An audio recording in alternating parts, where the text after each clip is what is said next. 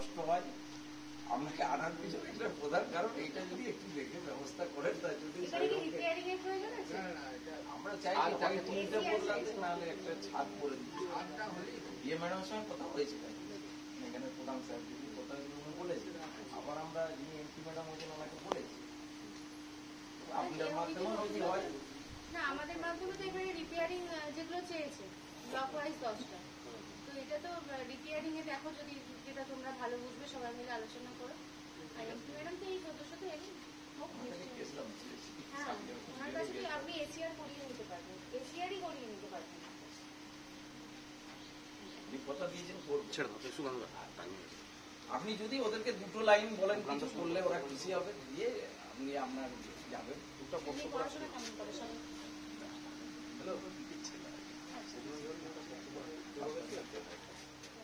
আমরা চেষ্টার মধ্যে বলো না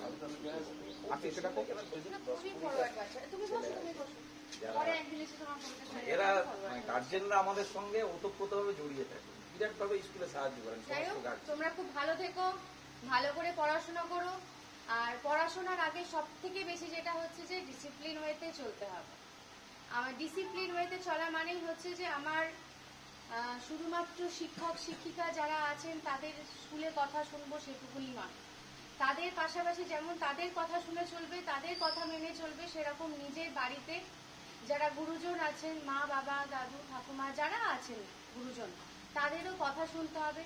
রাস্তাঘাটে যেখান দিয়ে যাবে সেখানেও যেসব গুরুজনরা থাকবেন তাদেরকে সম্মান দিয়ে সবসময় কথা বলতে হবে। আমি যদি নিজেকে ভালো করে গড়ে তুলতে পারি, যদি একটা মানুষের মতন মানুষ হই, তবেই কিন্তু সেটা আমার আসল পরিচয়। শুধু পড়াশোনা নয়, আমি কতটা রেজাল্ট করলাম, কত নম্বর পেলাম, কিন্তু আমি আমার মা বাবার সঙ্গে বাজে ব্যবহার করি, আমি আমার শিক্ষক শিক্ষিকার কথা শুনি না, তবে কিন্তু আমি মানুষ হতে পারবো। তাহলে পড়াশোনার পাশাপাশি অবশ্যই কিন্তু ডিসিপ্লিন হয়ে চলতে হবে, সবাইকার কথা শুনতে হবে, তবেই কিন্তু আমি জীবনে প্রতিষ্ঠিত হতে পারবো। এইটুকুনি কথা শুধু মাথায় রেখে সারা জীবনটা তোমরা চলার চেষ্টা করো। খুবই ছোট, এইটুকুনি বয়সে হয়তো মাথায় খুব একটা কিছু ঢুকবে না আমার কথা, তবুও বলবো যে পড়াশোনার পাশাপাশি শুধু কথা শুনবে, যেমন বলবে সবাই গুরুজনেরা সেই রকম কথা শুনে শুধুমাত্র চলবে। সবাই ভালো থাকবে, সুস্থ থাকবে, ঠিক আছে?